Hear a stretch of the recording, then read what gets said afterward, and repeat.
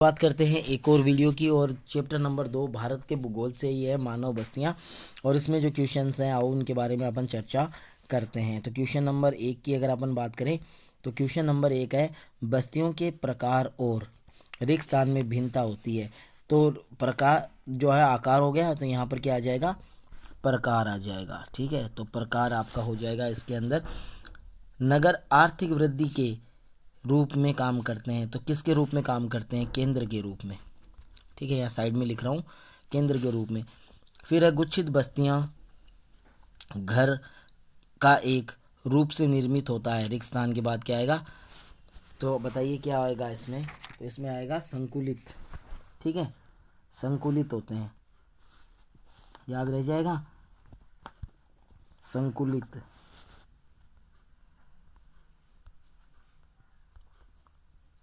संकुलित होता है। उसके बाद में चौथा है, नगरीय बस्तियां सामान्यतः अहम और आकार की होती हैं। तो विशाल, विशाल यहाँ पर हो जाएगा। प्रशासनिक कार्य में संपन्न किए जाते हैं। तो प्रशासनिक कार्य है वो संपन्न किए जाते हैं। कहाँ संपन्न किए जाते हैं? तो प्रशासनिक कार्य जो हैं वो आपके कहाँ संपन्न किए जाएंगे? तो वो आपके होंगे नगरों में, नगर में। ग्रामीण बस्तियां अधिकांश रिक्त स्थान आर्थिक क्रिया पर आधारित होती हैं। तो ग्रामीण बस्तियां हैं वो अधिकांशतः आर्थिक क्रिया पर आधारित होती हैं। तो कौन सी आर्थिक क्रिया पर आधारित होती हैं? प्राथमिक पर। ठीक है, तो प्राथमिक हो जाएगा। वाराणसी, प्रयाग, मदुरई रिक्त स्थान नगरों के उदाहरण है। कौन से नगरों के उदाहरण है? तो ये हैं धार्मिक, धार्मिक नगरों के उदाहरण हैं। ठीक है, नेक्स्ट अपन देखते हैं। नेक्स्ट है, वर्ष 2011 में भारत में नगरीकरण का स्तर था। तो 2011 में कितना था? तो मैंने आपको बताया था कितना था, 31.2%। ठीक है, और 68.8% जो था वो आपका वो था। उच्च क्रम के प्रशासनिक मुख्यालय वाले शहरों को कहते हैं। तो उच्च स्तर प्रशासनिक नगर कहते हैं या प्रशासन नगर कहते हैं,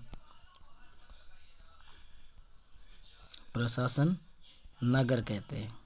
ठीक है, उसके बाद में कोयम्बटूर है, जमशेदपुर है, भिलाई इत्यादि नगर के उदाहरण हैं। तो कौन से नगरों के उदाहरण हैं? औद्योगिक नगरों के। ठीक है, कौन से नगरों के उदाहरण होंगे? यहाँ मैं हटा देता हूँ।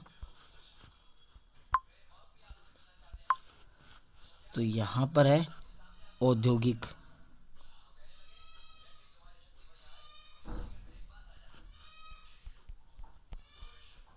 औद्योगिक नगरों के उदाहरण है। पतन नगर मुख्यतः आयात और निर्यात। ठीक है, तो आयात और निर्यात जो है वो करते हैं। विशेषीकृत नगर भी महानगर बनने पर बन जाते हैं। तो जो विशेषीकृत नगर होते हैं वो महानगर बनने पर क्या बन जाते हैं भाई, बताओ? तो वो प्रशासनिक नगर, प्रशासन नगर बन जाते हैं। ठीक है, सन नगर। उसके बाद में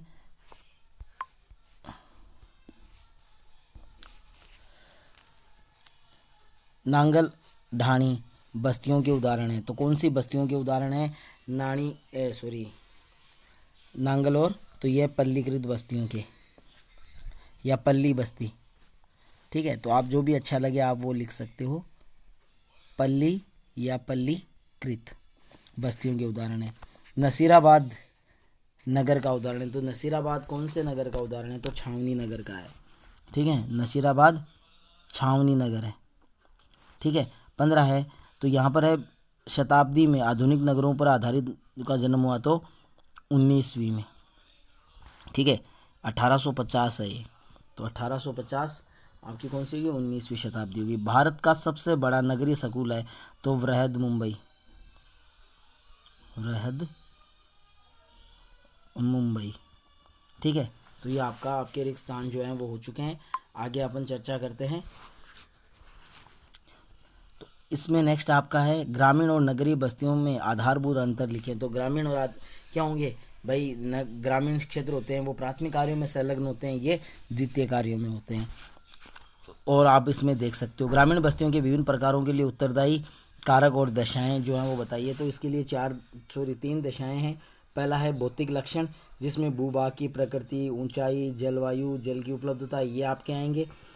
दूसरा आपका है सांस्कृतिक और मानव जातीय कारक, जिसमें सामाजिक संरचना है वो हो जाती है, जाति हो जाती है, और धर्म जो है वो इसमें हो जाता है। तीसरा है सुरक्षा संबंधित कारक, चोरियों, डकैतियों आदि से सुरक्षा। तो ये 3 कारण हैं। ग्रामीण बस्तियों के विभिन्न प्रकार लिखें। तो इनके जो 4 प्रकार हैं, गुच्छित बस्ती, अर्धगुच्छित, पल्लीकृत और परिक्षिप्त बस्ती। ठीक है, तो ये 4 इसके आपके कारक हैं। गुच्छित बस्तियों की विशेषताएं लिखें। तो गुच्छित जो बस्तियां हैं उनकी विशेषताएं आपको लिखनी है। ठीक है, इनके अंदर घर जो हैं वो पास पास पाए जाते हैं, गांव का आकार जो है बड़ा होता है, खेत जो होते हैं वो पृथक होते हैं, ये आयताकार, अरीय, रेखीय प्रतिरूप में पाए जा सकते हैं, ये विशेष करके जलोढ़ मैदानों में पाए जाते हैं। तो इस प्रकार से उसके बाद में आता है परिक्षिप्त बस्ती अधिकांशतः कहाँ देखने को मिलती है, संक्षेप में बताइए। तो परिक्षिप्त बस्तियां हैं वो कहाँ पाई जाती हैं, तो ये आपका रहेगा कि मेघालय है, अरुणाचल है, हिमाचल प्रदेश है, केरल है। तो ऐसी बस्तियां जो है इन राज्यों में काफ़ी ज़्यादा देखने को मिलती हैं। उसके बाद में ग्रामीण बस्ती किसे कहते हैं, नगरीय बस्ती किसे कहते हैं। तो नगरीय बस्तियों की परिभाषाएं आपको काफ़ी ज़्यादा मिल जाएंगी। ठीक है, ऐसी बस्तियां जो गैर प्राथमिक कार्यों में संलग्न हो नगर कहलाती हैं। और भी आपको कई ऐसी मिल जाएंगी, तो जो भी आपको अच्छी लगे आपको वो यहाँ पर लिख देना है। विभिन्न युगों में जो है विकास के आधार पर इन्हें किस प्रकार वर्गीकृत किया गया है। तो इसको 3 प्रकार से किया गया है। पहला हो जाएगा प्राचीन नगर हो गया। दूसरा आपका मध्यकालीन हो गया। ठीक है, मध्यकालीन। और तीसरा आपका हो जाएगा आधुनिक कालीन। ठीक है, तो ये आपके बुक में मिल जाएंगे, आप अच्छे से इनको देख लेना।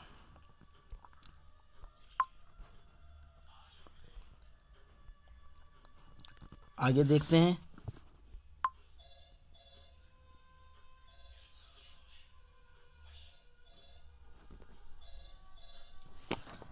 नगरों का प्रकार्य जो है वो वर्गीकरण करना है। तो नगरों के जो कार्य के आधार पर इनका वर्गीकरण करना है। तो देखिए प्रकारों के आधार पर नगर हैं उनको 10 भागों में बांटा गया है। तो कौन कौन से हैं वो 10। तो पहला आपका हो जाएगा प्रशासनिक नगर, दूसरा आपका हो जाएगा औद्योगिक नगर, फिर परिवहन नगर, फिर वाणिज्य नगर, फिर खनन नगर, फिर गैरीसन नगर, फिर धार्मिक और सांस्कृतिक नगर, उसके बाद में शैक्षणिक नगर और पर्यटन नगर। तो ठीक है, तो ये 10 प्रकार आपके हैं, तो आपको ये याद रखने हैं। उसके बाद में निम्न में नगरों में विशेषीकृत सेवाओं का निष्पादन कर इस वर्ग में रखा गया है। तो यहाँ पर आपको बताना है कि कौन सा क्या है। तो चंडीगढ़ है वो प्रशासनिक नगर है।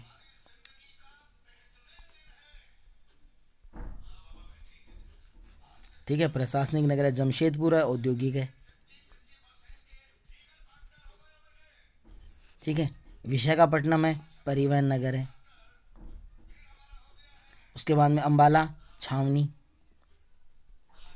छावनी नगर है। पिलानी शैक्षिक नगर है। ठीक है, नैनीताल है पर्यटन नगर है। ठीक है, एक बार फिर से देख लेना। चंडीगढ़ प्रशासनिक नगर है, जमशेदपुर आपका औद्योगिक नगर है, विशाखापट्टनम परिवहन नगर है, अंबाला आपका जो है छावनी नगर है, पिलानी शैक्षिक नगर है और नैनीताल पर्यटन नगर है। तो इस प्रकार से आपके जो है ये रहेंगे, तो इनको आपको याद रखना है। उसके बाद में लास्ट 2 आपके बच जाते हैं, वो है गैरीसन छावनी नगर किसे कहते हैं, उदाहरण सही संक्षेप में लिखें। तो ऐसे नगर जो क्या है सेना के लिए बने होते हैं या इनके ऊपर सेना का नियंत्रण होता है, ऐसे नगरों को छावनी नगर कहा जाता है। अंबाला, आगरा, ऐसे जो और हैं वो आप देख सकते हो।